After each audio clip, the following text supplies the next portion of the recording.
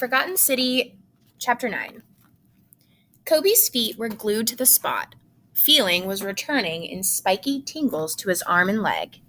Theon, he saw, was visibly trembling as he crept along the corridor. What's he doing?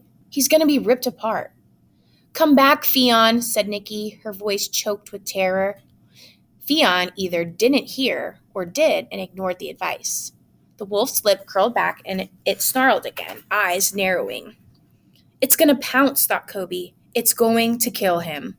He looked back toward the office. If he went now, while the wolf was distracted, he could probably get a weapon in time to save the others. Wait, said Asha, eyes glued to her friend. Theon knows what he's doing. Does he? The distance between the boy and the wolf was down to 20 yards, then 15.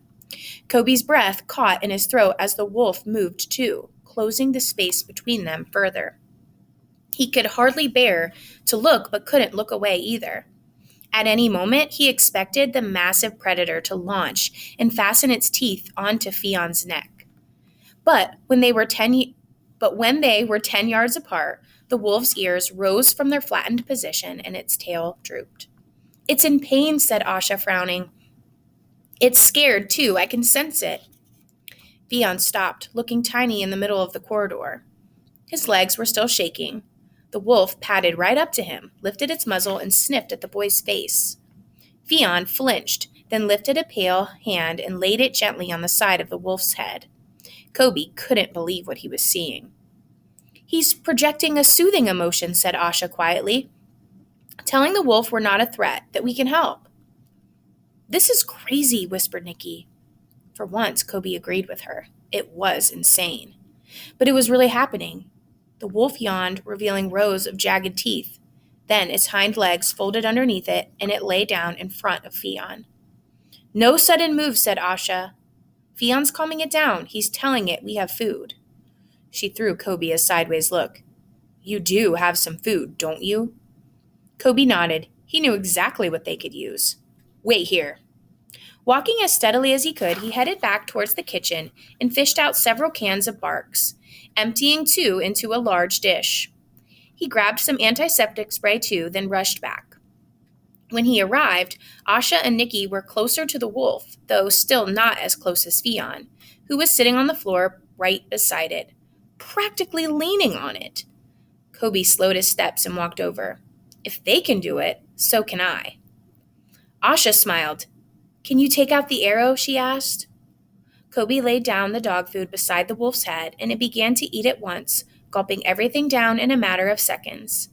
He inspected the arrow. The shaft was barbed, he knew, but if he twisted the rear ends, the barbs would retract and he could pull it out easily. Which was all fine, in theory. With his instincts screaming at him not to, he reached for the bolt. As soon as his fingers touched it, the wolf's head jerked around and growled at him, releasing a blast of terrible, fetid breath.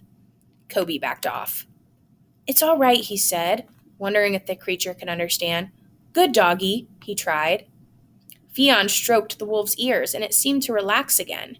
The quiet boy was looking at Asha meaningfully. Go on, said the older girl. He's telling the wolf you're a friend. Friends with a waste-infected wolf? Thought Kobe. His dad would never believe it possible. He touched the shaft again, holding it firmly in his left hand. This time, the wolf didn't move, though it kept one yellow eye fixed warily on him. Kobe twisted the end of the bolt with his right hand, then applied force as gently as he could, easing the arrow from the flesh. Thankfully, it came out without too much pressure. He handed it back to Nikki, then sprayed plenty of the antiseptic over the wound. The wolf laid out a paw and nudged the food bowl. He wants more, said Asha. Kobe nodded and began to open another can. It can't stay here, said Nikki. What if it brings others or decides it's still hungry? Put the food outside. Good idea. Kobe picked up the bowl and held it out toward the wolf. Come on, follow me. It seemed to understand and rose to its full height on 4 paws. Kobe went back into the classroom and crossed to the broken door. Quickly checking the coast was clear, he carried the bowl outside and laid it on the asphalt basketball court, well away from the school buildings. The wolf actually waited patiently while he emptied 2 more cans, then lumbered forward, shouldering Kobe aside with its bulk. As it fell to eating, Kobe jogged back toward the classroom. "We should block the door," he said. "Nikki, the janitor's closet is 3 doors down the hall. There's a drill and a toolbox. Bring it here." Nikki didn't object and hurried off. While he and Asha lifted the door back into place, he watched the wolf finishing up. It might not be a threat now, but that didn't mean it wouldn't turn on them later. They couldn't afford to have it roaming the school. Aside from the obvious danger, its fur was probably covered in waste spores. Nikki soon returned, and between them, they nailed the door upright, then reinforced it with a board fixed across the base, and another farther up. If the wolf really wanted to break in again, it might be able to, but hopefully it would just move on. When they were done, Kobe led the others out, gathering the waste cleanser syringes from the fridge. They'd last for several days out of cold storage. Asha took the dart rifle and looped the strap over her shoulder. "Just to be on the safe side," she said. Kobe closed the classroom door, then applied lots of sealing tape to the frame. The classroom itself was lost, and he already dreaded the battle to keep the rest of the school waste-free. Fionn was watching the whole thing unfold, staring wide-eyed. "Fionn, that was incredibly brave," Asha said, hugging the boy close. "Yeah, and incredibly dumb," said Nikki, but she was grinning. Kobe wanted to join the moment of triumph. In the end, he couldn't quite work out what to do, and then it was too late. "You saved all of our lives," he said. "Thank you." Fionn himself could barely look at them. There were tears in his eyes, and he looked younger than ever, and lost, like the boy Kobe had seen in the vision. Maybe he was scared after all, Kobe thought. But it was more than that. If anything, he seemed ashamed. "So what now?" asked Nikki. Kobe looked at the seal on the door again. When his dad did get back, he wouldn't be impressed. "I've got some work to do. We have security protocols to follow. You could help if you want." "Sure," said Asha. "What about getting back to the Guardians?" asked Nikki. "Because your last plan worked so well," muttered Asha. "There must be a way to get a message out somehow," said Nikki. Kobe shook his head. "Look, I need to find my dad," he said. "At noon, I'm going out." He gave Nikki a hard stare. "I can help you get to the Guardians, but I'm not coming with them." He looked at Asha, who nodded briskly. "There are blankets down in the nurse's office," he said. "Make yourself at home and try to get an hour's sleep. It might be a while before you can get any more, and Dad thinks it helps recharge my abilities, so I'm guessing it's the same for you. 1 hour. Then we go." "Kobe, help me!" His dad's voice. Kobe was running through the city, jumping roots and swinging under branches with ease. His feet almost seemed to float over the foliage, and nothing could slow him down. He wasn't even worried about predators or snatchers. He just had to find his dad. "Help!" Ahead, he saw a split in the road, a crack. He slowed his gliding steps and crept toward the edge. There was something there. A single shoe. Dad's shoe. Kneeling, he picked it up, fear clouding his heart and making his head pound. What did it mean? Had his dad fallen in? He took the flashlight from his backpack and shined it over the edge. His dad stood on a ledge about 7 feet down. He looked unhurt. He looked healthy. And in the back of his mind, Kobe knew that was impossible. Not after nearly 3 weeks of being out in the city, alone, without his medication. "Kobe, thank goodness! Get me out of here!" Kobe lay on his stomach and reached over the edge. His dad clawed up, and their fingers met, locking onto each other. Their gazes connected. Kobe smiled, started to lift. 2 things happened at once. Beyond his father, in the depths of the broken asphalt and earth, something moved. At the same time, his dad's eyes widened in horror. Kobe saw the barbed tendril of a choker looping around his waist. Suddenly, his dad was twice as heavy. "Kobe, pull," said his dad. Kobe heaved, arm straining, shoulder straining. His dad's face became a grimace. "No," he said, voice strangled. "No, Kobe." Their hands slipped a fraction, sweat loosening their grips. "Hold on," he cried. His dad's face twisted with fear. "Don't let me go, son. Please, don't let me go." but Kobe knew he couldn't hold on. Their fingers slowly, surely slid apart, and Kobe felt his hope return to despair with every inch of grip he lost, as the weight of his arm grew and grew, and then it was gone. His dad didn't say a word as he plummeted into the abyss. Kobe screamed into the darkness. He woke, bolting upright, drenched in sweat, and beside him a shadow sat up too. "Kobe?" said Asha. Kobe's chest was heaving. "Dad," he mumbled. "It's all right, you're safe," said Asha. Kobe couldn't make out her features in the dim light, but she reached out and touched his shoulder. His breathing slowly calmed. "It was just a bad dream," continued Asha. "If your dad survived this long, he's never getting caught by one of those plants." Kobe frowned. "How could you know that?" Asha let go of his shoulder. "I told you, I'm a receptor.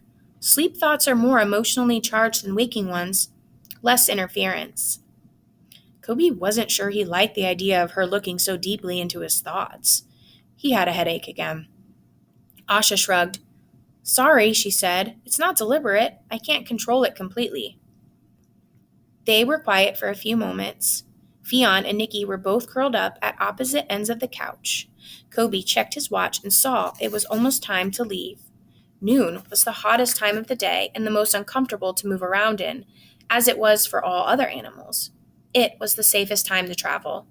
He lay back down, sweat cooling on his skin.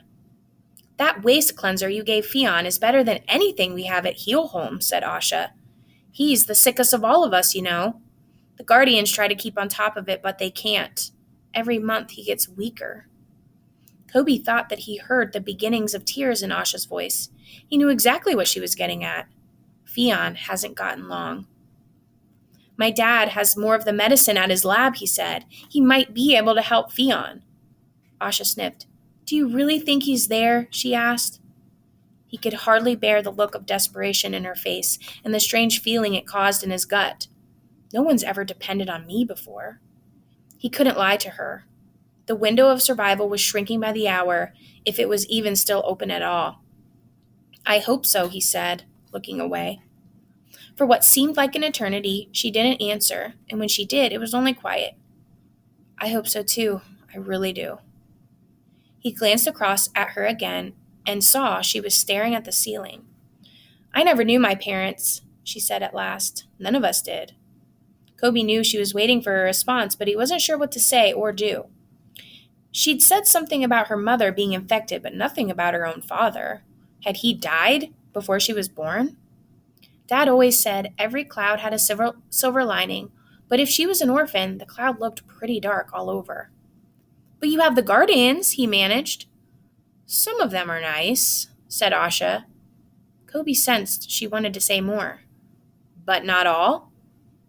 "There's one, Melanie. She's in charge. Nikki adores her, but the others? They're not really encouraged to form close bonds with the patients, in case the worst happens." Kobe nodded, not sure what to say. "Fionn doesn't like them. He hasn't since—" She trailed off.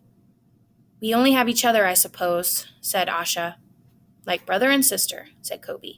"Exactly," said Asha. On the sofa, Nikki suddenly stirred. "What time is it?" she asked. "Almost time to head out," said Kobe. "Where?" said Nikki, suddenly more awake. "Forgive me for doubting you, but I really think it would be better just to wait here." Her eyes shone with genuine fear. Kobe was starting to understand that the girl put up a hard exterior, but really she was just afraid, confused, and out of her comfort zone. "I mean, at least it's safe here," she pleaded. "No," said Kobe. He didn't want to sound harsh, but they couldn't waste any more time. "Nick," said Asha.